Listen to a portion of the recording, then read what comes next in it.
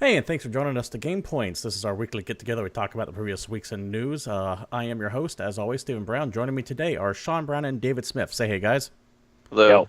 Hello. Today has been a very, very busy day in the world of gaming. E3, of course, is happening this week. Yesterday, we got teased to the Bethesda conference. Today was Microsoft, EA, Ubisoft, and Sony just wrapped up not 30 minutes ago, if you're watching us live. Hopefully, Twitch kind of had some issues a little bit earlier today.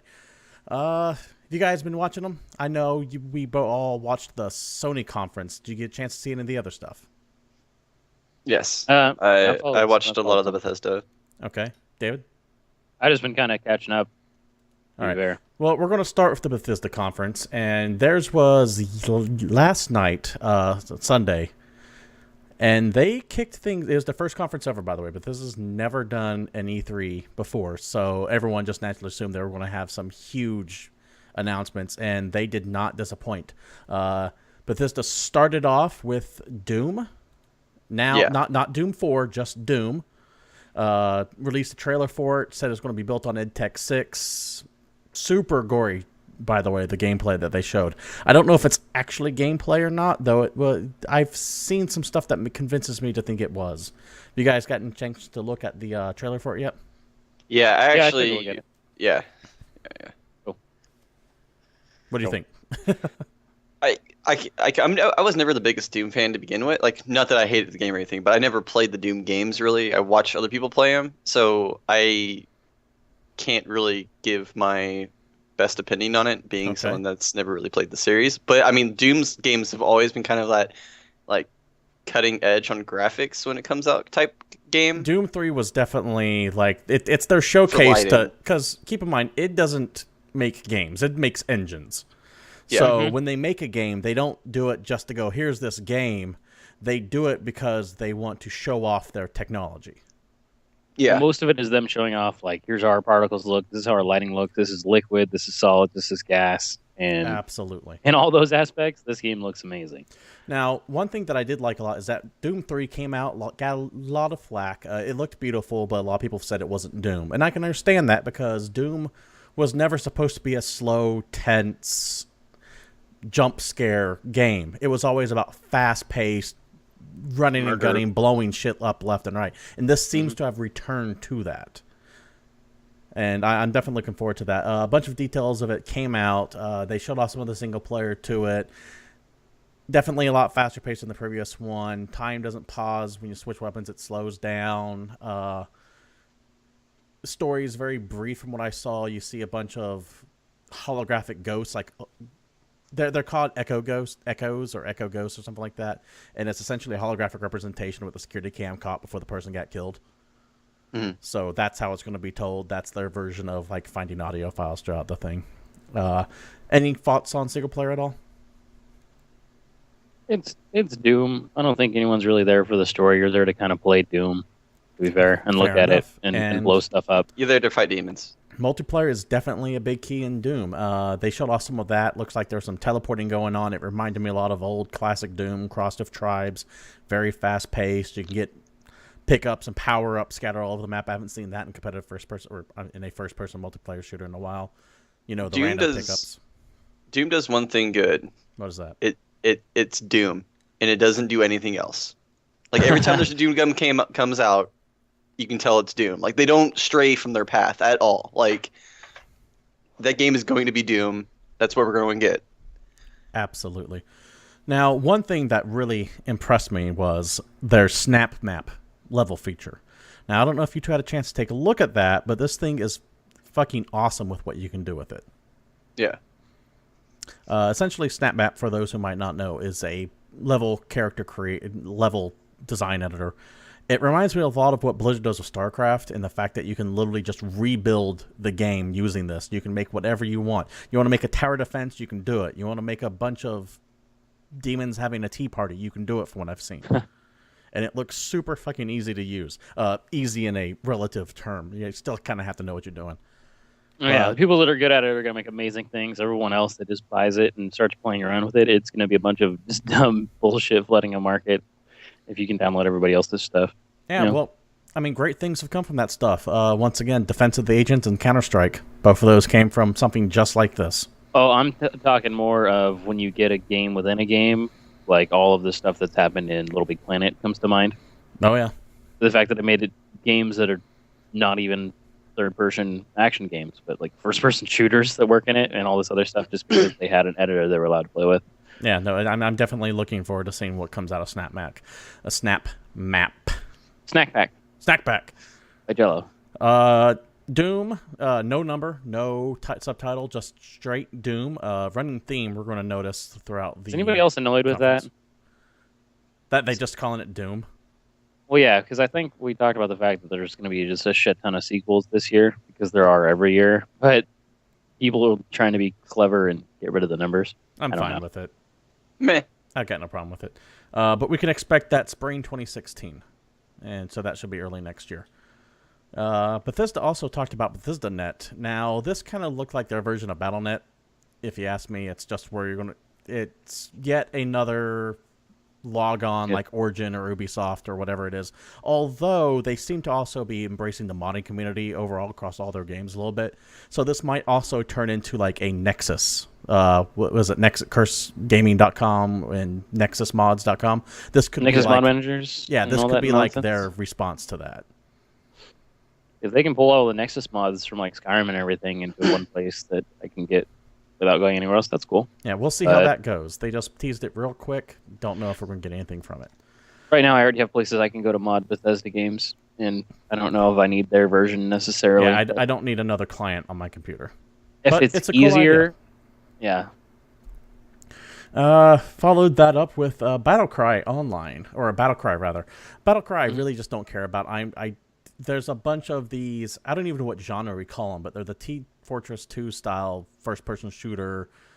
What do we call it? What name can we give this genre? You know what I'm talking about, but I don't think it's actually been named. Like hero shooter?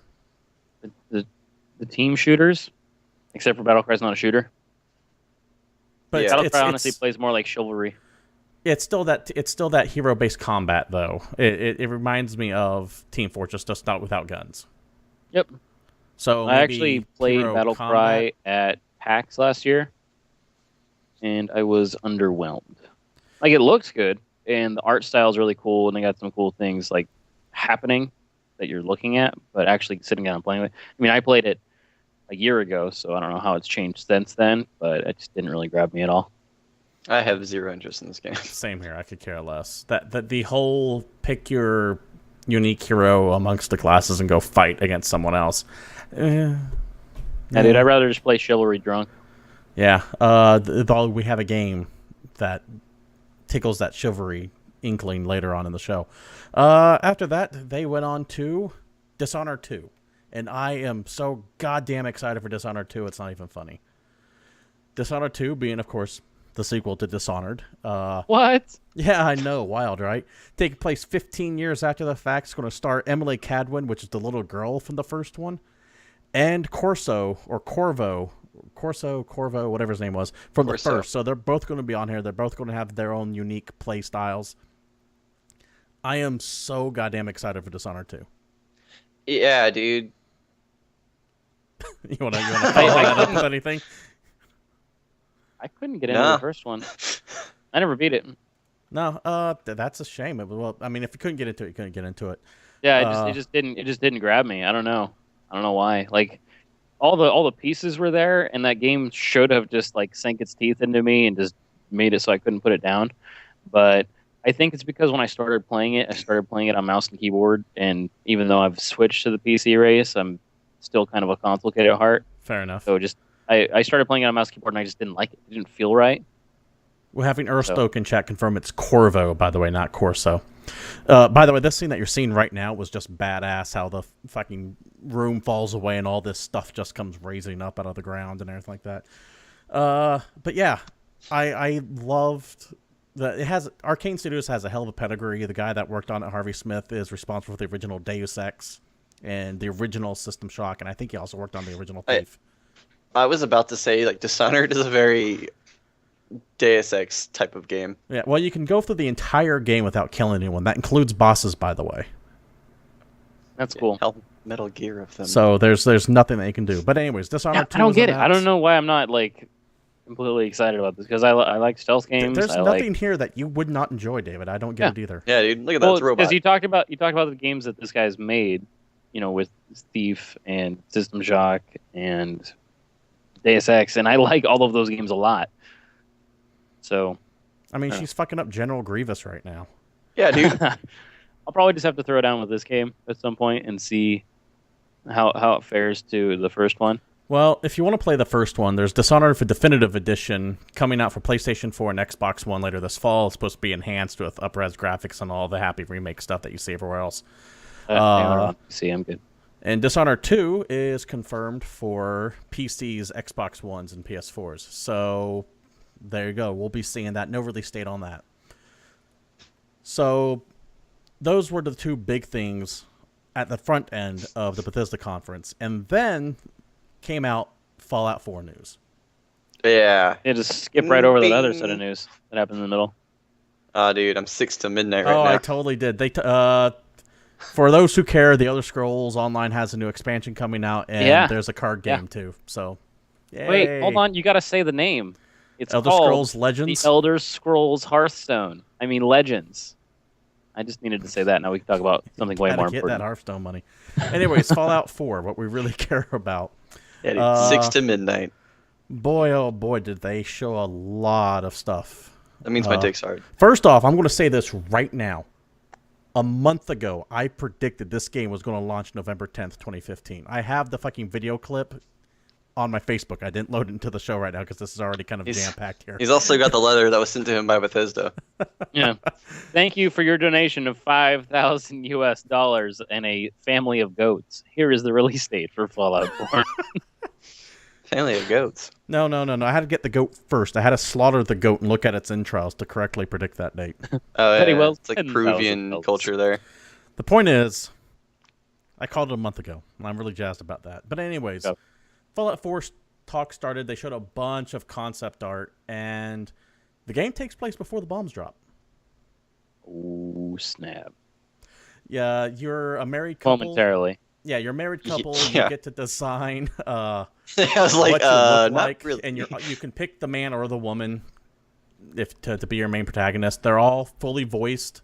First time in a Fallout game, the main characters had a voice to it. That's actually kind of a huge deal. That is huge. Because that's not just a Fallout thing. That's a Bethesda thing. That is a Bethesda thing. Like that's got to be like. It had to have taken them this long just because of the goddamn lines. Like, there's going to be so much voiceover in that game. Well, they're also doing a Mass Effect-y conversation wheel, too. Yeah. But it's not locked either. You can just walk away if you want to. Shoot him in the face. Locked into the conversation. Shoot him in the face during the conversation.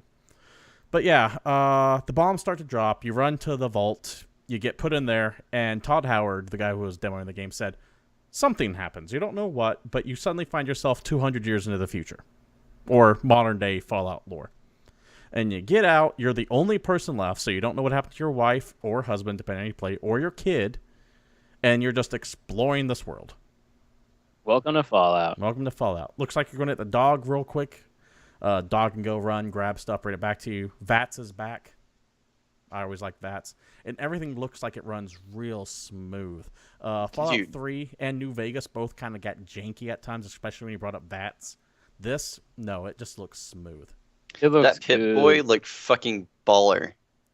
Yeah, if you were complaining about Fallout graphics, your brain is stupid. You're missing the point if you're complaining about Fallout graphics. Yeah. Mm-hmm. Sorry. Sean, you said the Pip-Boy. Dude, that thing looked baller as fuck. Like, can we talk about this Pip-Boy for a second? And I like how you can be looking at your stats and like he'll actually like shake his arm to like it's clearly like he's getting tired looking at this thing, so he's got to give it a break real quick and he comes back to it. Details like that make me happy, and the fact that you can play fucking like old video games like Missile Commander, Donkey Kong. What was it called? Like the Red Menace or something like that? The Red Menace, and then Fallout. Pip-Boy looks way too good. Like just playing with Pip-Boy, like it looks great. Oh. Well, like he clears dust off of it at the beginning. Yes. Yeah. Did you guys see the collector's edition for Fallout? Yeah, dude. I did. It comes with a working Pip-Boy shell you plug your phone into, and it turns it into a working Pip-Boy that has apparently compatibility with the game itself, so you might be able to manage inventory or go through stats to it. Yeah, and Or they you play a announced that mini you game featuring the dog. yeah, they announced that you don't have to have the Pip-Boy thing to do that. Like you can obviously get just an app for a normal phone. You don't have to buy the collector's edition if you don't want to. Here's the dirty little secret they didn't mention. For that to work, for you to be able to change your inventory on an app on your phone in game, that means you must be connected to the internet at all times. Get plugged in, son. Yeah, but Now- you get to walk around with a Pip-Boy on your arm. Just think of how popular you're going to be, like at a bus station, on a train. I don't have a problem with it, but I know a lot of people take issue with the always online stuff. You don't have to always be online If you do that. If you want to do that, yes, but Yes, you can still play the game. It's a full functional game. we'll see. How will it not be a full functional? Like how They're can going. you? They're going. I get the feeling they're going to go through They're going to make that Bethesda.net thing. I think they're going to make that another online client that you have to log in through to play. They didn't go into details about it, but I would not be surprised if I were to see that. I doubt that you wouldn't be able to play Fallout 4 just on a PC. Well, we'll find out what comes to it. They need something to replace the games for Windows when that went bye-bye, and I think that this is what it's going to be. But we'll see how it goes out. But other Fallout news came out. Do you guys like Minecraft? Because I am aware of it. Minecraft and Fallout. You can create Yeah, your that's own fucking hilarious. house, and it's not just like, oh, I want to put a piece of furniture here. No, you can actually create your own house, your own village, your own set of villages, which can then trade between each other, and you can put up like turrets and shit to defend them from raiders. I feel like Reed and Rachel are getting a divorce after this game comes out. Our buddy Reed plays this game like no one's business, and I don't like. There's no reason to ever play a different game, dude. Like Fallout 4 looks like it's the perfect game. There's a lot. There's a lot there. It's a robust game, including a massive customizable weapon editor. There we go. Now Dude. that makes me more interested. Okay, so one of the funny things, because with Fallout, it's been a thing, or even with everything in another Elder Scrolls, or Bethesda title Elder Scrolls like Skyrim, there's just shit everywhere, all over the world, right? Oh, yes. Just grab, pick up. I got 40,000 cups and a bunch of tin hats, and I don't know what the fuck I'm doing with it. I guess I'll sell it to emergent. No, fuck that. Fallout, you break that stuff apart, you make it into way cooler things, and that is Now- very MacGyver. exciting. They should play the Now- MacGyver music when they did that. Fallout 3 and New Vegas both had a very rudimentary crafting system that no one, as far as I know, ever used because it was such a hassle to track stuff down or keep track of what you needed. This does it in a very cool way that you look at the item and it says it'll break down into this, this, and this, and you need these items to build something. Yeah. It's super streamlined. And also, armor is completely customizable, too. Not just, I'm going to change my pants on my shirt, but I want my right shoulder pad to be a smiley face, and I want my left shoulder pad to be an ace of spades. You can get way into the armor character creation. Also, air travel. Did you guys see the pickup with Yes. the whirly world as it comes down? And takes you out can somewhere? play the side gunner. That definitely seems like the fast travel system in that game. Helicopter comes down, picks you up, and goes out. Now, if you watch the extended clip of it where they just throws off a whole bunch of gameplay at the end, one thing I noticed, you're blowing away a lot of Brotherhood of Steel initiatives. A lot of them. So I have to wonder if the Brotherhood of Steel is the main bad guy in this one. Could be. I Sure. mean, obviously we know nothing about this game, and we didn't see any Enclave in the trailer. Or the person who was playing at that specific time decided to piss them off and fight all of them. Could be. Because for all Also you know, true. you could join them Could be. Also true. Don't know. with Fallout. You can do all that stuff. We'll find out how that goes. But yes, Fallout coming November 10th, 2015. You heard it here first a month ago. And taking that before week before they wrapped things up, they also announced a little game called Fallout Shelter. I'm actually And- really excited for this. That's out now. Yeah, dude. They put it out that night, and it's it looks like you take the new XCOM's base building, and combine it with The Sims. Okay, so I know you don't like Tim Schafer, and that's the thing. But let's talk about Double Fine. And did you ever hear of Space Base DF9? Yeah, that's one of the things he took all this money for, and then went, we're never going to finish this. Sorry, guys. So Space Base DF9 was a game where you build a base and you have people, and the people all have lives and stats, and they're supposed to grow and build relationships while you're building their base and defending them. This looks like that, but actually polished, finished, and released in the Fallout universe. And a game By a that he company didn't that steal gives a all the damn. money for and went on to build something else with. And this is something that they just threw together and released because why not? Yeah, Can we- there's no fake power timers I could find in like a Farmville. There's no paywall timers, I should say. There's no internet connection you need. You can buy random loot cards if you want, but for the most part, this is a totally free app and a complete game, completely free. Can we talk about how during the press conference we talked about this? He shouted out Progress Quest and how like some of the right. games Yes. like this Fucking are actually going to be Progress like Quest. Progress Quest. Like what the Pretty fuck? sure I'm level Dude, 8 billion at this point. he said like when he announced this game, he said this game's gonna be a mix of what was it, XCOM, SimCity, and FTL, and I was like, you got me. Like Yeah, in a I'm on Fallout board. What's universe, up? shut up, take my money. I'll pay $60 for that phone. You app don't game. have to. It's free. I know it's free. Got it on my phone right now. I haven't had a chance to play it yet because it's been a busy 48 hours. Well, I have an Android, so I have to wait. Yeah, it is coming to Android devices from what I understand, but not right now. Yes, they said it is a timed rights Exclusive. for iOS. And Yeah. that wrapped up the Bethesda conference. They really only had 3 major things. They talked about the Elder Scrolls a little bit, but those 3 things were solid. Fallout, Dishonored 2, and Doom. Great way to start the E3 off with, and addition showed way more Fallout than I thought they were going to. Like way more Fallout than I thought they were going to. That was a lot That's of Fallout. because it's coming out Yeah, in This 5 year. months. they don't fuck around. That's coming out 5 months from now. Yep. You So will be that- playing that 5 months from now. Who won't be or who will be? Witcher. Well, I'm assuming one of you will. Witcher 3, I'll be playing it before 5 months from now. Or who will be playing it in 5 months? What was the question? I didn't make a question. I was assuming that someone in this call is going to be playing that in exactly 5 months Oh, I thought you had... Oh, okay. yeah. That's why I was confused. to the day. Anyway, That wrapped up the Bethesda conference. Very solid first time. No big technical glitches that I saw. No real duds, even if we don't care about the Elder Scrolls at all. Then we move on to Monday morning today at 9:30, I believe, with Microsoft's conference. They kicked it off with Halo 5 Guardians, something that I didn't expect them to. I thought they were going to save that for the end. But you know what?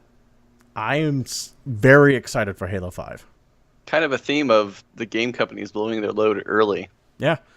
I get We'll it. talk about the campaign in a second, but one thing that they showed off was a multiplayer setting called Warzone.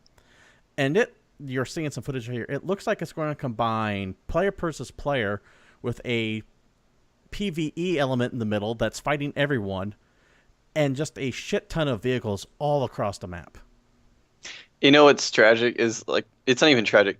Out of all the Halo games, the maps that had like vehicles on them or when they were enabled were like the most hated PvP maps by a lot of people. Mhm. So it's cool they actually made like their own kind of gameplay around that type of stuff for fans and not have it implicated to maps that were competitive. If that makes sense. This sounds like it's going to be objective based as well, so I think it might be their take on, say, PlanetSide. Yeah. But Sure. maybe just not as massive. But I'm looking forward to it. I think it's going to be solid. Now, back to the campaign itself. As we found out last week, Nathan Fillion's back as Buck, the guy from ODST. He's now a Spartan 4. He's teaming up with Locke. And they showed some of the campaign. And it looks... I haven't been this excited for a Halo since the second one. Agreed. Like this game looks actually really fucking good, and I am extremely shocked that I'm finding myself falling in love with a Halo game again. 4-player co-op campaign, and what really caught my eye as I was watching them go through this Covenant City was it reminded me a lot of Republic Commando. I was about to say that. Republic Commando, by the way, was one of the better Star Wars games. David, you ever had a chance to play Republic Commando? No, You're I missing did out. not. That's a shame. That's fair. I think you miss can out on find a it lot on of stuff. Steam for dirt cheap. Yes, you can. Republic Commando was a great single-player squad-based game. Like, you don't do it better. And I'm down to see them having this on here. Looks like they're running with the theme of 2 different squads. You have Block Squad and John Squad. Looks like it's probably going to bounce back and forth between the 2. And that's coming out October 27th, 2015. I think we already knew that date, but in case no one did, there you go. Moving on from then, they also had a new IP announced. The first official new IP that I can think of Microsoft announced for this year, called ReCore. Now, did you guys take a look at ReCore at all? I didn't get a chance to see ReCore. ReCore is the newest thing from Kenji Inafune. That's the guy who did Mega Man and Dead Rising. And the trailer... What? I said, yup. The trailer is desert planet. Woman looks like she's a scavenger, and she has like this little robotic dog thing with the blue glowing ball in there. Dude, the dog looks awesome. Dog does look awesome. I have no idea what kind of gameplay this is going to be, though it's also from the team that made Metroid Prime. So it could be that weird 2D, 3D look to it. It could be an exploration. It could be Metroid style where you have to find items to explore farther in the world. We don't know yet. What we do know, though, is that that blue orb can be taken out of that dog and put into other machinery. Like, the dog's personality isn't the dog, it's that orb. It you said Metroid Prime or Metroid Other M? Metroid Prime. I did say it, but I was referring to Other M. You're right. Okay, I just wanted to confirm. Yeah, no, I did. Yeah, I made a wrong conclusion there. Okay. But yeah, this dramatically is different gameplay. That's why I asked. Yeah, you're right. You're absolutely right. I was thinking something else. That's ReCore. New IP announcement, always nice from Kenji Inafune. That should be out 2016. Any comments on that? Like I said last week, man, I really like the gameplay style of Other M, except for the entire game itself, like story-wise. So I actually kind of like that gameplay style. Mechanically, the game was fine. Yeah. Narratively, it had big issues. I'm actually shocked like nothing else is kind of taking points from that, because as a 2D, like a 2D scroller, quote unquote, that was like really fucking cool how they implicated a third person, first person kind of effect to it too. No, absolutely. Now, they went into after they showed ReCore, Microsoft went into some hardware stuff. First off, Xbox Ones are now backwards compatible with all 360 games, or most 360 games. That's pretty big. I'm surprised they actually had that. That's kind of a happen. money thing to just throw in later. Yeah, dude, like that was one of the most shocking things in the actual conference to me. Like, and out that's of everything. a big turnaround from their original stance. Yeah. Mm-hmm. Well, today, for anyone who has the Xbox preview, whatever their preview thing is, I can't remember exactly what it's called, and fall for everyone else. And apparently, your previously downloaded digital games that you bought from like XBLA are just going to start appearing on your playlist. Appearing on your dashboard. That's pretty awesome. Cool. Another hardware thing they announced, and I was I thought this was really cool. It was the Elite Wireless Controller. Now, if you haven't had a chance to look at it yet, it's essentially...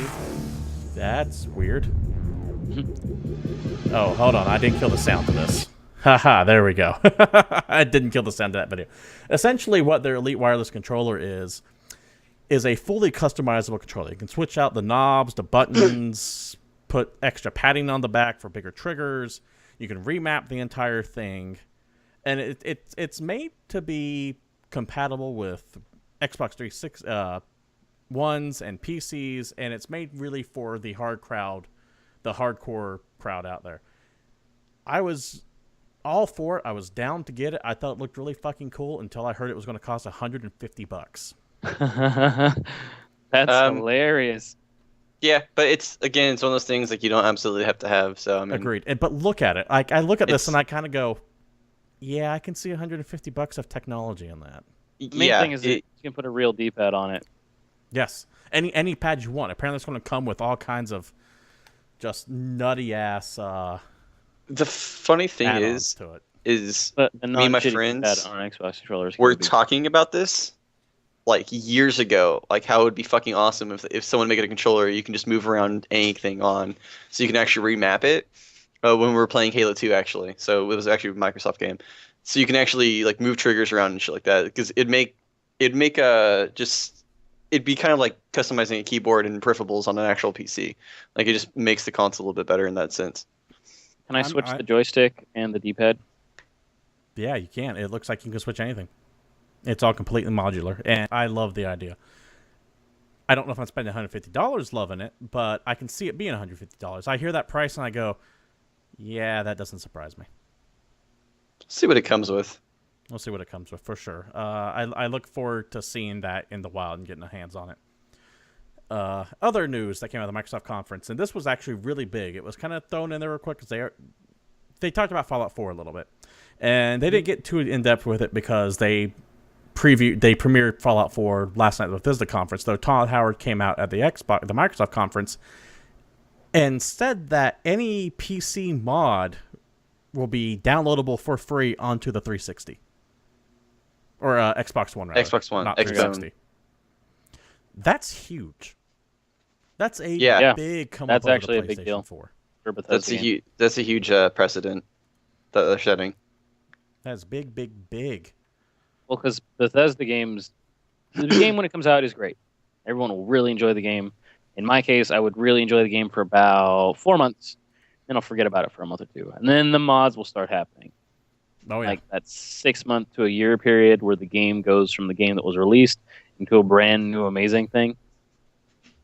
No, I can't underestimate how big that is and how important it is now to have that 1 terabyte hard drive that they announced. Mm-hmm. A couple quick hits after that. Forza Motorsport 6 coming out September 15th, 2015. They premiered that by bringing out the new 2016 Ford GT, very sexy looking car. Dark Souls 3 was shown very briefly, coming early 2016. CGI trailer looked really good and had like a Shadow of the Colossus level sized enemy in there. So that would be very to run interesting. up a sword and stab him in the face. Exactly. Tom Clancy's Division was shown off. Exclusive Xbox beta December 13th.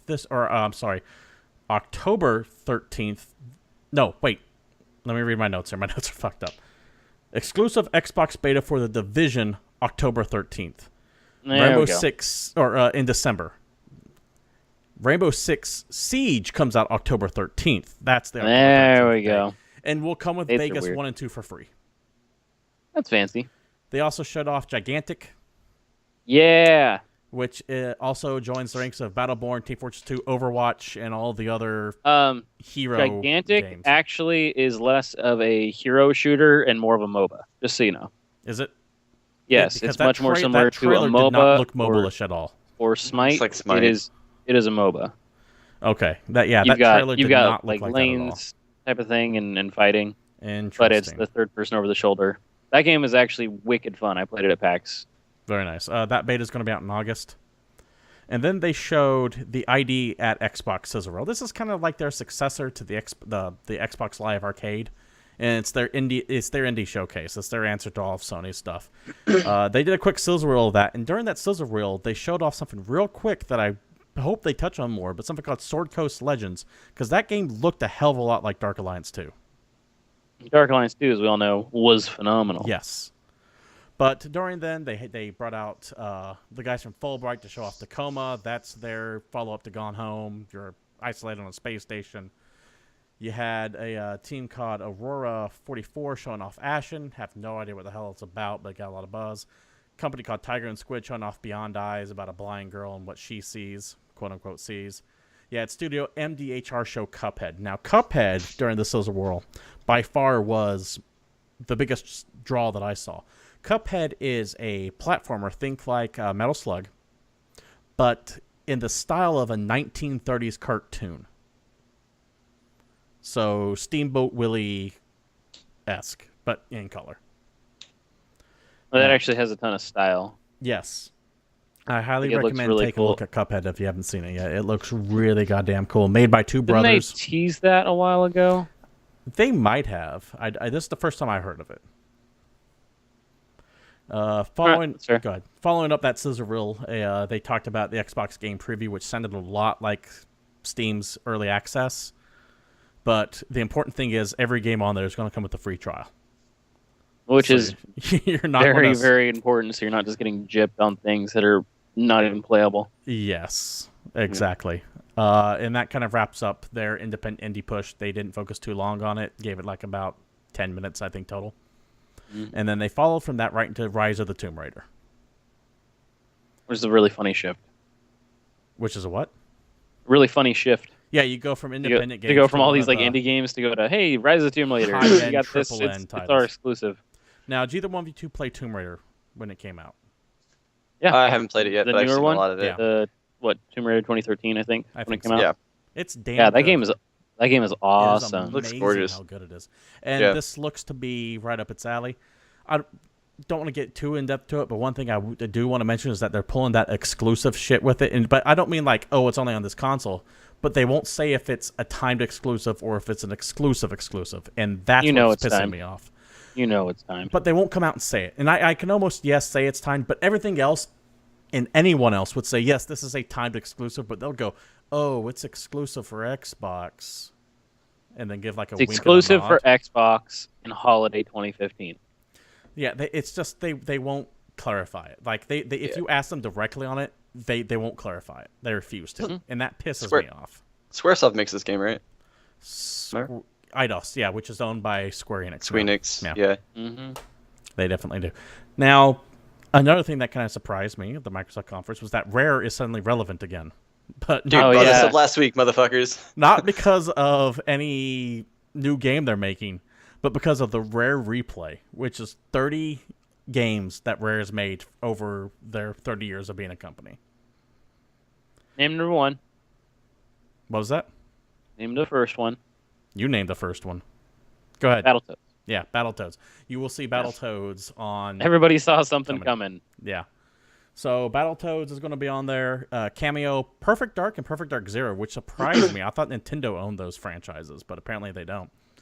No, I guess Perfect Dark Zero is on Microsoft. No. So Well, Perfect Dark Zero came out, on on Xbox 360. So I guess not. Viva Pinata, RC Program, Snake Rattle and Roll. God, I love Dude. Snake Rattle and Roll.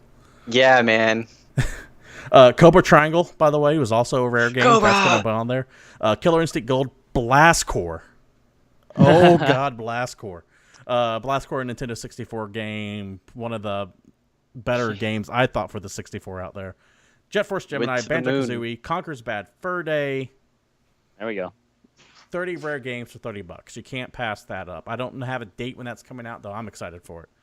And they also teased some multiplayer pirate sim game called Sea of Thieves. Could be cool. I like the pirate stuff. I have to see more on it first before I can give it a yes or a no. What do you guys think about the Rare Replay? I think I it's like cool. Rare games.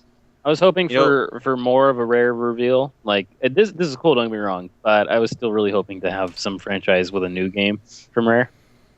Like here's Alright. Battletoads 2 or New Perfect Dark. or something that's not a Yeah, remaster. cool. Because I think I had said, or I think me and Shauna both said that the new Perfect Dark would be cool. Well, you got Sea of Thieves. That's a new Rare game.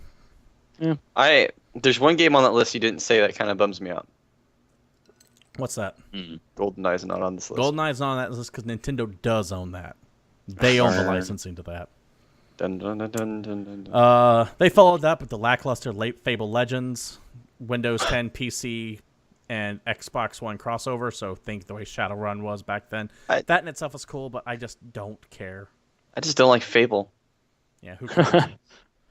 Now, this is, in my opinion, the highlight of the show. What they follow up with next? They showed HoloLens, Dude, and they showed it working with Minecraft. And if you haven't seen this video, dear God, is this fucking thing nuts? called it. So you have this guy coming up, and I got the audio going on there, so let me kill the audio. This guy, as you can see right here, is loading up through. They have a special camera hooked up so we can see what he's seeing. He's loading up his Minecraft map right now. Yeah, like, It is just amazing. By the way, this footage comes courtesy of Eurogamer. I ripped it from their YouTube channel. So, Awesome. Eurogamer, thank you for providing the footage of this. and before, like, you think this is a gimmick, there's actually a HoloLens on the camera they're using to see this thing. So, like, Yes. it's actually how it looks. And you can actually see the player running around the map right now. Like, that's fucking, like, badass. If you see the camera of the stage, there's like what looks to be like a $10,000 piece of equipment hovering over this table right now. Yeah. But Look, man, like, I can't get over. This is just Minecraft. Imagine everything else that you can do with this. Yeah. Like, this is The some whole, like- Jarvis shit here. Dude, Tony Stark. Yeah, dude, I was about to say that Tony Stark shit's about to happen, man. Pretty much. Also, Playing this with the computer. Rolo is something I would make. But yeah, Microsoft's getting to VR hard. Last week they announced they're teaming up with Oculus, and every Oculus Rift is going to come with an Xbox One controller. That's big in itself. During this show here, they announced that they're going to be teaming up with Valve VR to do some stuff. Like they're getting into this hard right now. They have, in my opinion, the inside track to all this. God, Oh yeah, dude, the HoloLens just looks fucking spectacular. I can't get over how awesome that is. I need a price. Yeah, that's the big thing. We won't have pricing for quite a while. But yeah, that's the HoloLens. I am blown away with how impressed I am by the HoloLens. Any final thoughts on that before we move on? I'm still watching this. It's tough to talk about it when you're looking at it because it's surreal. Yeah. We're there, man. Like we are really fucking close to a holodeck. Like really close. Yeah, no. Like, as soon as they bring this down to the point where like you're wearing a pair of glasses, boom, you walk into a room and then within 15 to 10 years. They rounded out their conference with Gears of War with new Gears of War stuff. You had Gears of War Ultimate Edition. It's going to be the first one remastered, 60 frames a second, new content, 1080p, beta test for multiplayer coming out soon. And then they showed a Near Gears game, just simply called Gears 4, not Gears of War 4 or anything like that, just Gears 4. Mm-hmm. They showed a trailer for it. I don't have the trailer here. It looked very Gears of War-y. I'll play through it once and be entertained, and never touch it again. And that's supposed to be out holiday 2016, and that rounded out also called contest. As long as I don't play that one fucking song again and make me all sad. Mad World. Mm-hmm. Oh yeah. I don't got time for more Mad World. All right, so that wrapped up Microsoft's contest. Overall, a very solid conference. I know we're all Sony/PC fanboys, and we kind of rag on Microsoft a lot, but they did right by this one. Microsoft did a lot of PC stuff. Maybe when like the Xbox came out, but at this point, it's not really a thing. Like they do a lot of stuff right. So, and keep in mind, they have a lot of stuff coming out this year, which Sony doesn't. All of Sony's announcements were 2016. Yeah. Also, Earl in chat said that during the post interview, they did say that it will be called Gears of War 4 on release. Okay. They just showed up. The title just said Gears 4, didn't have of War, and everyone was kind of running with that for a bit. Speaking of Gears of War being one of my predictions that I called, I was like 14 out of 15 during this conference, I think. Well, I'll have to listen to the audio and get what we officially said, but I think you did get a lot of them right. Okay, so Microsoft wrapped up, and then we went into EA, which was by far the most boring fucking conference of the show. However, they came out swinging, and they came out swinging hard because they fucking showed off Mass Effect 4, simply called Mass Effect Andromeda, and it was rocking out to Johnny Cash of all things. Yeah, dude, and also, again, another, like, I said this before, like, all these studios opened up with, like, their cum shot that I should save for last, I feel. Like, this should have been last. It gives that. There have been rumors how you're supposed to be exploring a new galaxy, and with the subtitle Andromeda, that's clearly what it is. And it gives that very much the Western exploration vibe to it, where you're just expanding out into new uncharted territory. So Johnny Cash fits because of that whole Firefly vibe to it. But goddamn, Cash is just awesome. Here's my problem with it. You see this trailer here, and it's a good trailer, 30 seconds to a minute long, and you're not going to hear anything from this game for like another year. Oh yeah, next E3. This is it. This is what you're getting for who knows how long.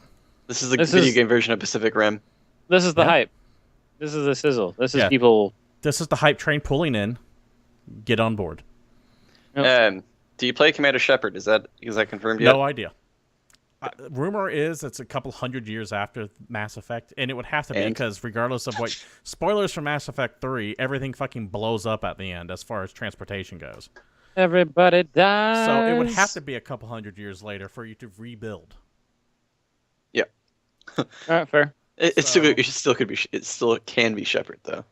I doubt it is. I know, in but fact, it could be anybody. BioWare's come out multiple times saying that Shepard's story is finished. Yeah. So yeah, they start off with that, and I'm like, all right, we're gonna have a great conference. Yeah, and then it was just kind of mediocrity for the rest of it. They showed the next Need for Speed. David, you seem to have some umbrage with Need for Speed.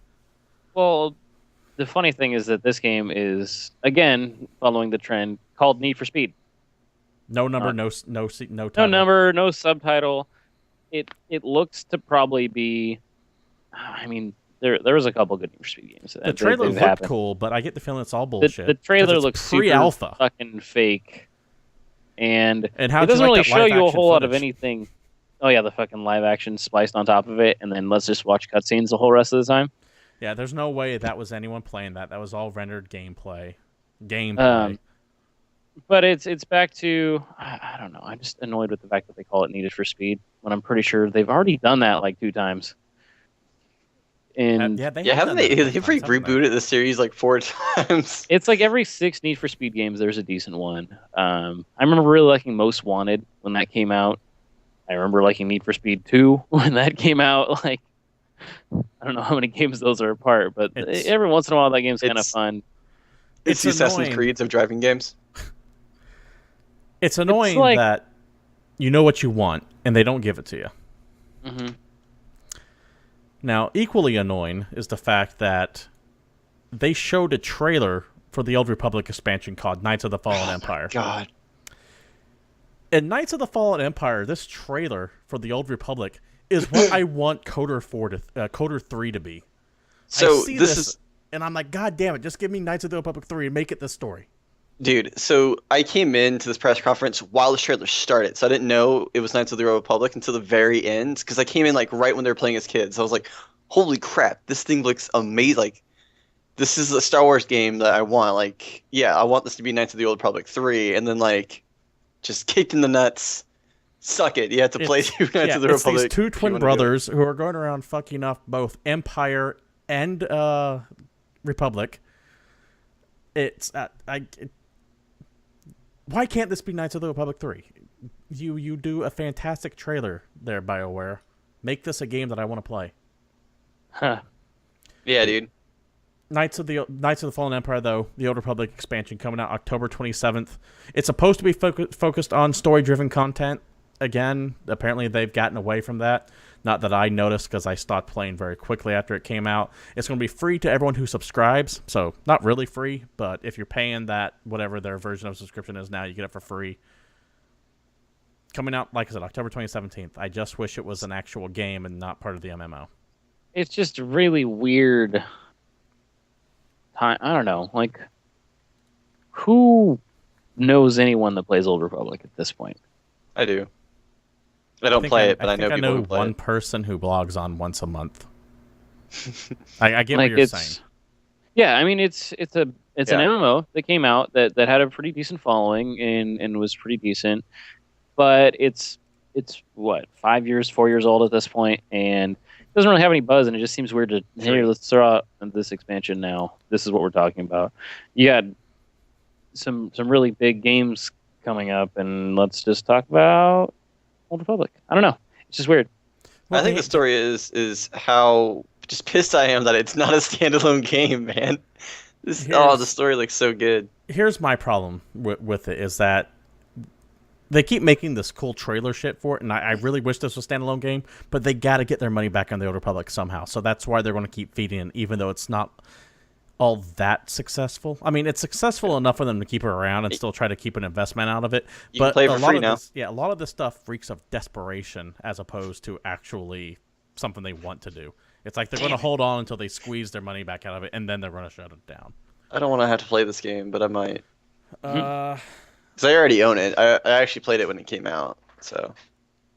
And then began, and so they showed that off, and I was very excited, then disappointed it was for the Old Republic. And then they went into this mind-numbingly dull part of the conference. Now, they showed Unravel.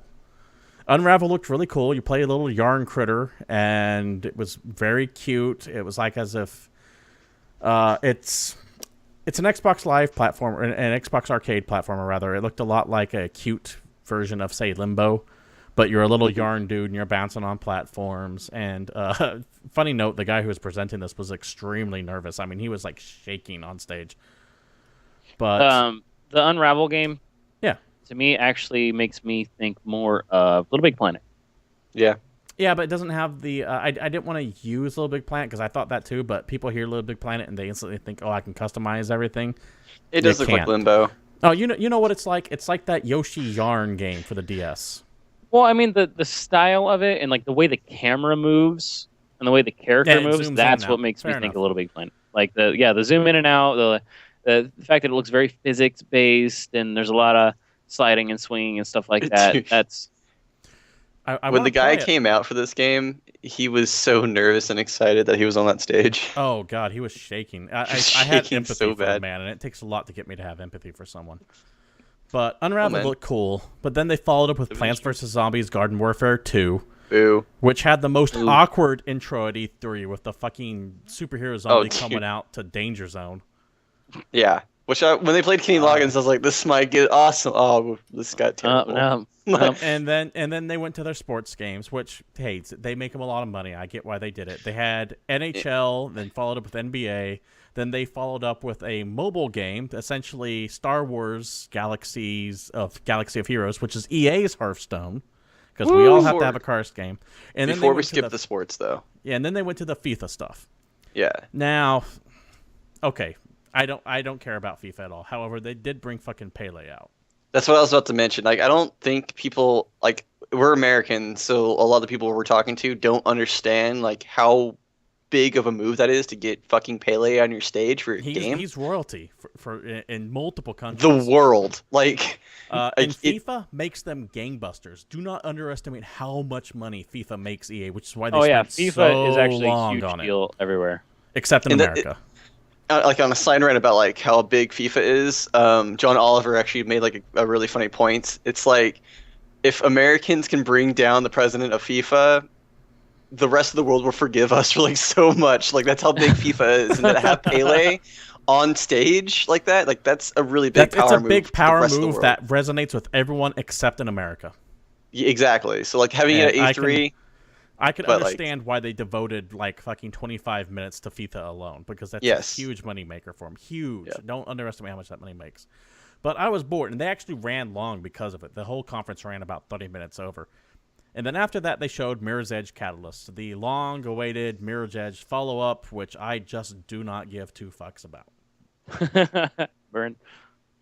I know a lot of people that are excited for this though. I don't yeah, I care. do too. Mirror's Edge was a fun game. It had this like kind of cool style for running to make you sick. That's exciting.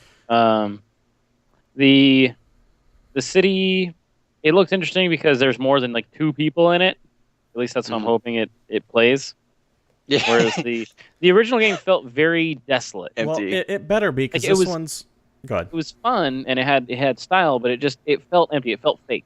Like because there was the whole what was like the VR mission like speed run stuff that was really popular for Mirror's Edge, but the whole game kind of felt like that. But Well- actually putting it into more of a city and giving the game more of an atmosphere, making it feel more alive, could actually bring a lot to it and This get one, people a bit more invested in the franchise. This one is supposed to be open world with no levels and no loading screens. And the biggest star of an open world game isn't who you're playing as, it's the world you're running around in. So if Yep. it's just as dead and sterile, this franchise is going bye-bye. But if they can actually build a world and make me interested in what's going on around, not just like the next thing you're jumping to, but what's happening everywhere else, then Mhm. I kind of want to try it. I'm willing Which to give it a see what it look. looks like. Yeah. Mirror's Edge always struck me as that franchise everyone says they love, but no one ever watched, like Mad Men. Right. And it was just... I just did not care about it at all. I couldn't bring myself to care about it. I gave it a legitimate shot twice, and it was just like, okay, I'm running, okay. This looks all Jump. very clean and sterile, okay. I took a shot. I took that one shot, nailed it. And throw this gun away. 'Cause I don't Yay. know. But anyways, people who are excited about Mirror's Edge Catalyst, supposed to be Faith's origin story. That's coming out February 23rd, 2016. Admittedly, I didn't expect another Mirror's Edge ever to come back up again, so it's interesting to see this. EA then opened up with a bunch of Madden stuff. You guys want to talk about Football. Madden stuff? Football. Nope. Like, I literally got up and went to the bathroom during this point. I think I'm the only one out of the group that actually plays Madden, and I don't even want to talk about it. Now, here's where some hilarity happened. This was a boring-ass conference. Even the stuff that people would be excited for, like Mirror's Edge and stuff, they were still kind of like, yeah, okay, this is cool. All right. There's But- a reason for that. They were all being hyped up for Battlefront at the end, which EA straight up came out and said Battlefront is coming out at the end. In fact, they had this little timer ticker at the bottom. 50 minutes away, 30 minutes away, because they knew how bored people were during this conference, and they were just here for Battlefront. So right before they started showing Battlefront, Twitch goes down. Second. And not only does Twitch go down, so everyone watching it on Twitch goes down, but multiple game sites were using Twitch to cover the stream. Yeah. So the big Which sites is like hilarious. IGN lost their feed. I think GameStop lost their feed. I was watching it on YouTube. Yeah, I YouTube was the suffered place no everyone issues. ran to after that. But after we all figured out what was going on, we all ran to YouTube to watch Battlefront. Dear God, is Battlefront so fucking sexy. Might I add, this is all captured on the PlayStation 4, by the way, as well. Not PC. This is all PlayStation 4 footage that you're seeing here. It looks amazing. Like, Dude, just yeah. way too good. I mean, Dice makes a good game. I mean, they make a damn good looking game. Say what you will about Yeah, I was going to say they make a good looking Battlefield game. 4, but but not necessarily it a looks- good game. it looks amazing. Well, And they have it's- made good games. Yeah, They're the like- Wes Anderson of video games right now. I loved Battlefield 3. Yeah, Battlefield Like, 3 was when that fantastic. Go ahead.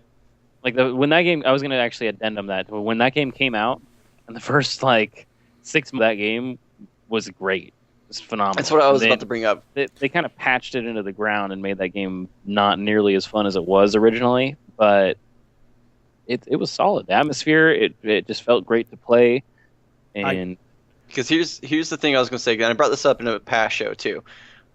And I was talking about this game about Battlefield 3 too. When Battlefield 3 came out, it was Battlefield 3, and then when they patched it, it made it more It's like Battlefield video 3.5. game-like. More video game like. And I even said that game with this skin would actually make a phenomenal game. The only reason why I pissed this off so much because it took away from Battlefield. So basically, we're getting Battlefield 3 patched into the ground with a Star Wars skin, and it looks amazing now. Here's the thing. I look at this and I almost want to call bullshit. There's no way it can look like this. But I've played Battlefield 4. Battlefield 4 when it worked looked fucking amazing. So I look at this and go, yes, I can see this being actual 100% gameplay. This is what the final product would look like. Yeah. And that just blows me away because it looks so good. Also, I love the fact that at the end of one of these trailers, it shows the Star Destroyer coming down on the planet that you see in the clip from the film. oh yeah, Yeah, you play that battle, the Battle of Jakku or whatever it is. That's supposed to be exclusive. If you pre-order it, you get that a week in advance. And everyone else will get it a week later, if you recall. We did the story on that. Yeah, you watched that Star Destroyer crash, though. Yeah. And God, this just looks so good. I can't... that this is one of my most anticipated games this year. Oh, yeah. it looks great. We I all don't getting want on to give them any PC? money for it now. PC, gentlemen? Oh yeah, PC. absolutely. I'm getting this Hopefully on an PC. Origin works. Because Probably probably on my gonna get friends it list I about- still can't see. I'm assuming I'm going to pick this up no sooner than 2 weeks after release. Okay. Fair Just- enough. Just so you guys know, I very much doubt that I'm going to buy this game day one, I might. because my computer could run Battlefield 4 when it came out, but I couldn't. Like, what do you mean Just you 'cause it- couldn't? Like, right. my computer had the specs to do it, but the game didn't want to deal with Battlefield it. 4 had The drivers issues. weren't optimized. It just had problems, and I don't know. We talk about not pre-ordering, and I'm just kind of a lot more skeptical about games because it's not like they're going to run out of copies in the first 2 weeks. No. It's all digital now. You know they're not. So there's probably going to be a day 1 patch, a day 3 patch, a day 6 patch, and around the 4th or 5th patch, 2 weeks later, that's when I'm getting in there. No, that's fair. November 17th is when it comes out, and DICE has to earn your trust again. Mm-hmm. Yeah. That is a completely fair stance to take. And that finished up the E3 conference, or the EA conference, I should say. Then we moved on to Ubisoft. Ubisoft had a fair showing, though they gave me what I thought was the biggest surprise of the entire conference. In the fact Oh, I know what they gave you. What I know was what they that? gave you. What was that? They give you a fractured butthole. Yes, they announced South Park, The Fractured But Whole. Essentially Stick of Truth 2, and that came out of nowhere. I had inside access to a bunch of leaks and stuff that I was like, okay, this is going to come out then, and okay, I know this is going to happen. This, no one knew about. I take that back. I know a couple people who did know about it, but they kept it very well under wraps. I like how when they came out on stage, he just yelled about his mic. He's like, this fucking mic sucks. Yeah. What a realist. But as you can see coming up right here, it's not a fantasy game anymore. They're dealing with Coon and friends, so they're all superheroes instead of D&D characters. And it's still going to be an RPG. They straight up said, we finally figured out how to make a fun game, and we're not going to fuck with that. Yep.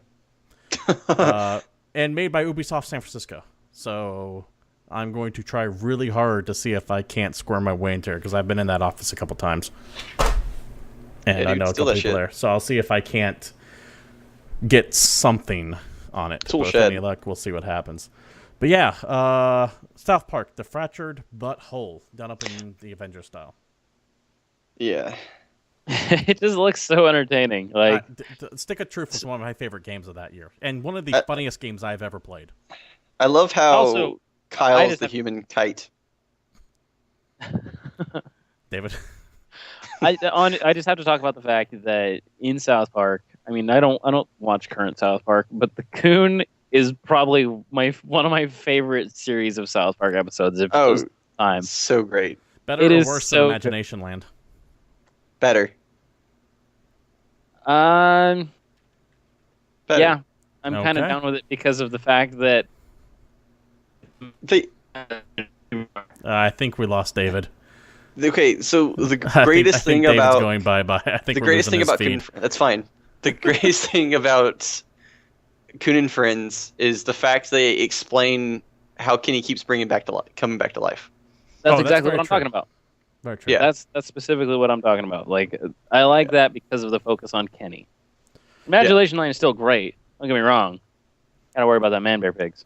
He's an old god. Like, that's amazing. So yes, South Park announced, surprised the hell out of me, and then we were talking earlier about Chivalry, and I don't know if you had a chance to see this yet, David, but they announced a new IP from Ubisoft Montreal called For Honor. Now, For Honor? For Honor, as you can see I right here, hardly know her. up, it's got a bunch of knights right now. It looks like a 4v4 Dynasty Warriors, if you ask me. Though it's all melee combat, it reminds me a lot of Chivalry in that retrospect. You have knights, you have Vikings, and you have samurai.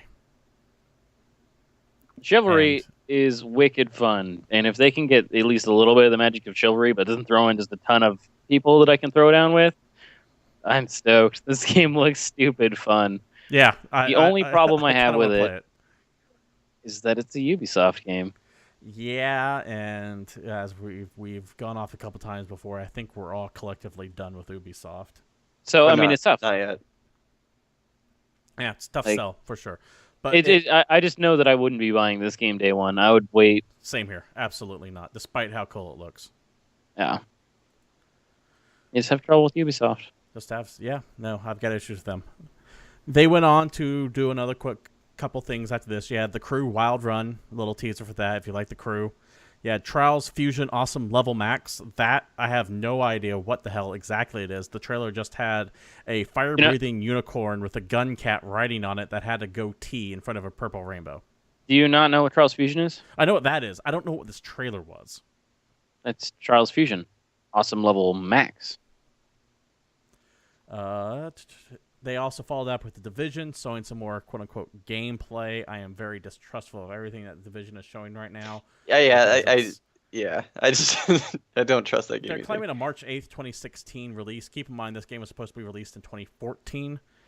Everyone who was working on this game and anything behind closed doors from hearing about the development of this game says it's just a clusterfuck. The Division looks cool in theory, but I get the feeling this is just a train wreck waiting to happen. Also, can we talk about how this E3 should have just had a Tom Clancy like stage performance? This specific conference was a lot of Tom Clancy. It was a shit ton of Tom Clancy. They followed that up with that Anno 2205, new Anno game, city building. I liked, what was the water one they had just come out recently? 77? Anno 2270? Was it 70? Yeah. I really Pretty got a sure kick it's out of that. 2270. This one's going to be all spacey and moon colonization. Followed that up with Just Dance 2016, and they brought out some guy who I no idea who this guy was, but apparently all the kids like him. I don't know. Younger than I me. want to say his name was like Justin something. Ashley Angel No. Nope. from O-Town? No, wasn't him. O-Town. Isn't that like a 10-year-old boy band that had one hit? Was it Yeah. Usher? No, it wasn't Usher. Oh, Cisco. was it the other guy? No, it wasn't Cisco. P Diddy. It was someone who had a #1 hit signal that came out like today or some shit. One Direction. No. Ice Cube? No. There's nothing to that. We're moving on. After Just Dance 2016, Drool. they showed Rainbow Six Siege. Back to the Tom Clancy thing. Siege looks really cool. I'm not getting it because I don't do multiplayer team-based shooters because I don't have 5 friends who can get together all at the same time. Dude, this game looks fucking amazing. But this game looks amazing. It's got Angela Bassett starring as the leader of Team Rainbow. No Dean Chavez and no... Was it John Hunt? Was that John Clark? Honestly, when I read your notes about this game, I'm not gonna lie, sorry to interrupt, but I honestly thought the name of this game was Rainbow Six Siege. Angela Bassett. We're gonna tap that ass, boys. I don't know where they're going with this, but I'm still intrigued. All right. To me, though, you don't spend the money on Angela Bassett and not have a big role in it. So there's probably a very robust single player campaign to this, which might pull me into it. Though, I mean, the game looks fantastic. I just can't get into it. If it's just multiplayer focused though, like they've been advertising, not getting into it. That's going to be back beta on September 24th, 2015.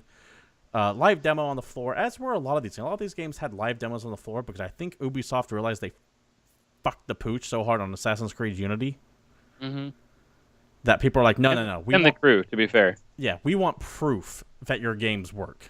And so they had a lot of games playable on the floor today. Or tomorrow, I should say, when the doors open up. Assassin's Creed Syndicate was shown off real quick as well. It looks cool, but I'm fucking done with Assassin's Creed. Unity burned me that hard. You just totally skipped over Trackmania Turbo. Trackmania Turbo also coming. I just like the Trackmania games. So sorry. Sorry, David. I thought that was a minor game no one cared about. Dude, I own Trackmania Mountain, or Trackmania Canyon, Trackmania 2, like, I'm down with that. It's a really fun online racing game where people build tracks. Sean, and a lot of people build tracks. You still have an interest in Assassin's Creed Syndicate? Yeah, man. And like this is the debate that I always love. Like this is why I keep going back to Ubisoft. Assassin's Creed is like Call of Duty, where they have multiple companies making their games. So a lot of them suck. But every now and then, man, you get that one good one. And not too long ago, people like Unity was fucking balls, which it was, just terrible.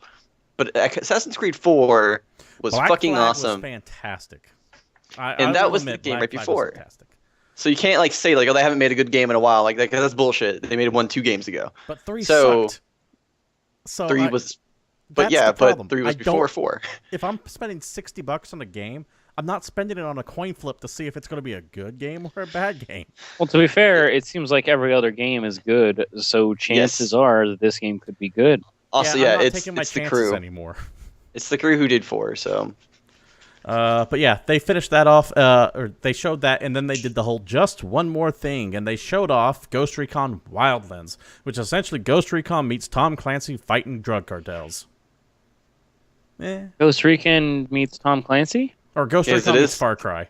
There you go. when they showed the trailer for this game, I was like, is this Just Cause? Like, yeah, Ghost Recon like. Just Cause Edition. The trailer was kind of cool. It showed 3 different ways to do one mission where you're like either stealthy, balls out, or like you infiltrate. I mean, that was kind of cool.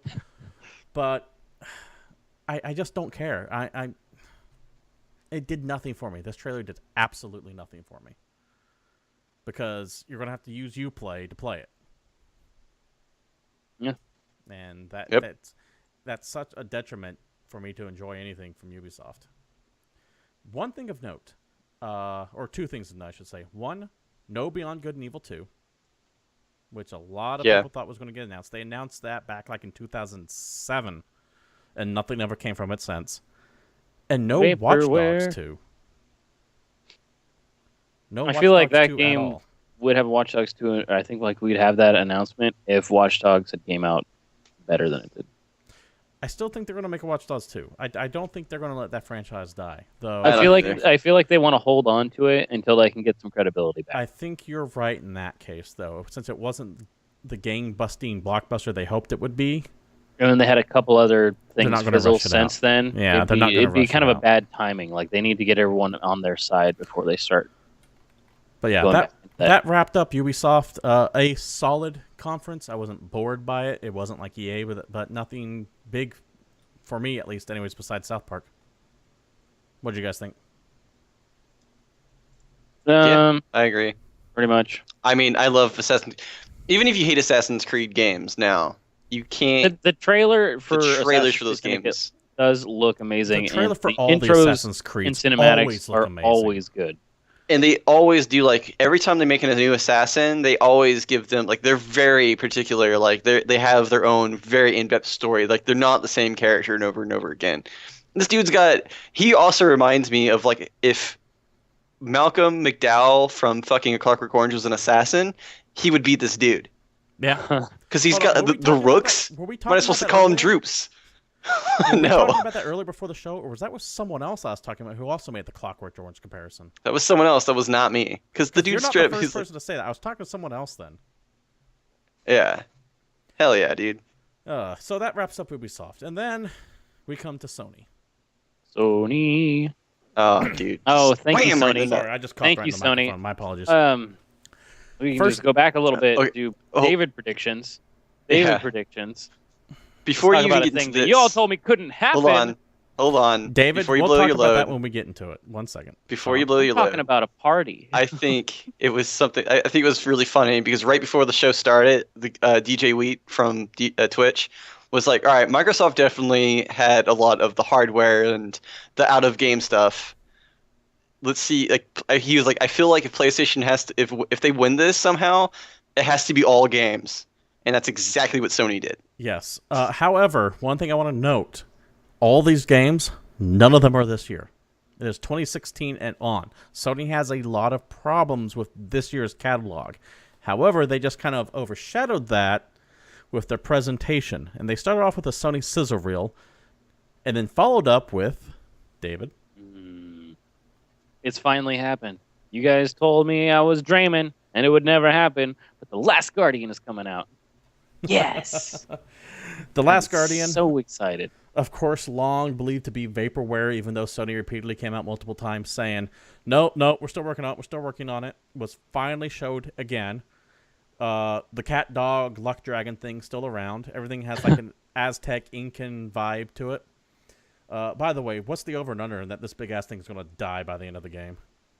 Guaranteed. Oh, it's high. It's really high.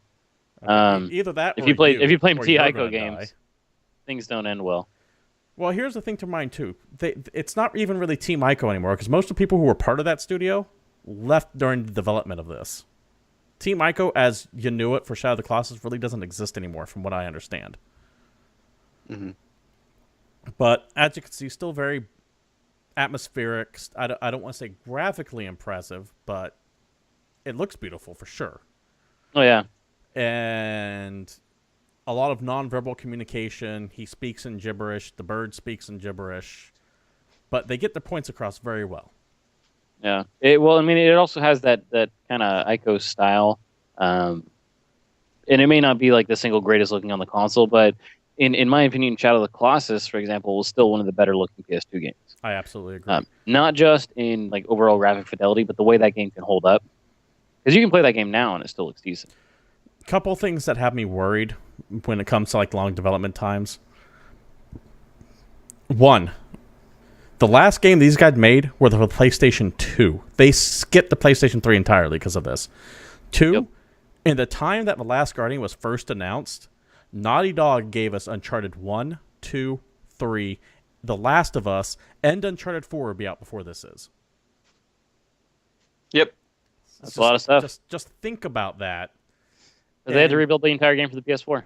Because that's clearly what happened. Because this was announced as a PS3 that game. is clearly what happened. This was originally supposed to be a PS3 game. And then they heard whispers of the PS4 and they said, we can do it better. Let's hold off. And when you have a long development cycle like this, though, it's usually indicative of problems across the studio, which might translate into the game. So while I am excited for it, I don't want to take the jam out of anyone's donut on this, just keep your expectations in check. Not only that, but at the very end of this, it said 2016. Not fall 2016, not spring 2016, just 2016. yeah, January 1st. No, right there is a bullshit move because this game has been how long of development? You owe us 8 at years? least a season, guys. Come on. We need a Not to take the jelly out of anyone's donut count on the show. Not the Gen Island one show. But yeah, Last Guardian shown off. A lot of people got excited for it. David, I know you're excited for it. Sean, I don't know if you were ever a big Team Ico fan or not. I like Ico. I was Shadow always Colossus fine. is cool. I was always fine with them. They were never like close to my heart, but I know I'm in the minority on that. I was Shadow more Colossus excited about the was one of my announcement than I am the favorite game. games.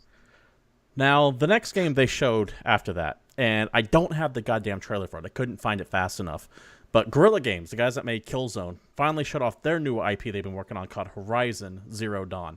And holy shit, this game looks fantastic. Dude, okay, so Sean, out of break it all down the new for us. all the new IPs in the entire fucking show, this was by far the best looking one with the coolest fucking concept. So, if you missed it, Horizon Zero Dawn it tells the story of like the people before and whatnot, and like you see all these cities, very Rush 2112 feeling to it. Where like Yeah, it's a ancient man of post-apocalyptic setting Yeah. for sure. The Yeah. society has collapsed. We don't know exactly what happened, and Yeah. humanity is like has returned back to like a feudal tribal state. yeah. There's I like got this a cool Monster Hunter scene, vibe from it actually. a little bit. They had this cool scene where like she's making a spear, but the spearhead was a fucking like 20 millimeter shell instead of like a rock. So it was really cool to see these in like all these ancient cities and stuff. And you don't know what happens to humanity because at the end she says we don't know where they went or anything like that. So there's very ambiguous Yes, feels just to it. Something happened. But now like machines roam the world, and they're not like machines. They're not humanoid. They're, They're not like Terminators dinosauristic. walking around. They're cyber animals. They're like robotic giraffes and metal dinosaurs. Yeah, it looks. And they act like giraffes and dinosaurs. Yeah, this game looks really fucking cool, and like it has the whole like Hunter feel to it. When she killed the robot, she apologized to it and stuff like that, and did the whole spiritual thing with it. It was Yeah. it was actually really cool looking, and it's very pretty looking. I'm very excited. I'm actually a big fan of Guerrilla Games. I really like the Killzone games, and Yeah. just the style of this and the gameplay of those games makes me very hopeful for how well this is going to be. It looks like it's probably going to have this really cool, unique storyline, but I'm also fully expecting some like crazy multiplayer. Yeah, I did say I got a Monster Hunter vibe from it, so I can see some Monster Hunter-y stuff to it, where you team with a couple people to bring down the bigger game. That'd be cool. One thing too, when I was looking at the art style, one thing I kept thinking of was Enslaved. Odyssey of the Yeah. West. Yeah, I just maybe not so technological as Enslaved was, not so advanced as they were in that, but definitely a lot of similar concepts. The ruined cities, nature taking back over what was nature's to begin with, things like that. And I just see that and I go, I can see a good thing coming from this. We don't have details on exactly what the gameplay is going to be like. We don't know if it's going to be open world, if it's going to be levels, but definitely want to keep an eye on. I will say this: the Sony conference made me happy that I own a PlayStation 4 again. Like, Yeah, no, I looked at my PS4 and did a I lot was of good like, stuff. hell yeah. I'm glad I own this already. Like, I don't have to buy one. They followed Horizon Zero Dawn up with the new Hitman, just called Hitman. Once again, Yep. following the trend of cut off all names and titles. David, you offended by that? Yeah, it's just annoying. It's less offended. It's fucking stupid. What are you doing? Fair enough. They One thing also that, announced Final Fantasy. like, one thing let's that drop all the numbers. has a number, though, is Street Fighter V. Console and PC Uh. exclusive. Beta starts July 23rd. David, you do the fighting games more than any of us here. How'd you feel about that? Street Fighter V looks interesting in that it's got some new mechanics. I mean, looking at it, if you don't play fighters, it looks exactly like Street Fighter 4. Yep. But they actually have some things that are making it different, and that's what Street Fighter does. Fair enough. I don't think the change is going to be as drastic as it was going from 3 to 4. I think it's more going to be like 4 Final Edition. Okay. To me, looking at it is more what I'm getting. It's more like the jump between Mortal Kombat 9 and Mortal Kombat 10 than it is Yeah. like Mortal Kombat fucking like Armageddon to Mortal Kombat 9, you know? All right. They followed that up with No Man's Sky. They showed some live footage with that. Amazing. Two lines from this that, like, one was just funny. Two, like, one was just shows you the immenseness of Yeah, this I game. actually have that quote right here. Most of Oh, these you do? places have never been visited, and most never will be. Yeah. The other one, though, I think is hilarious when he goes, planet-sized planets.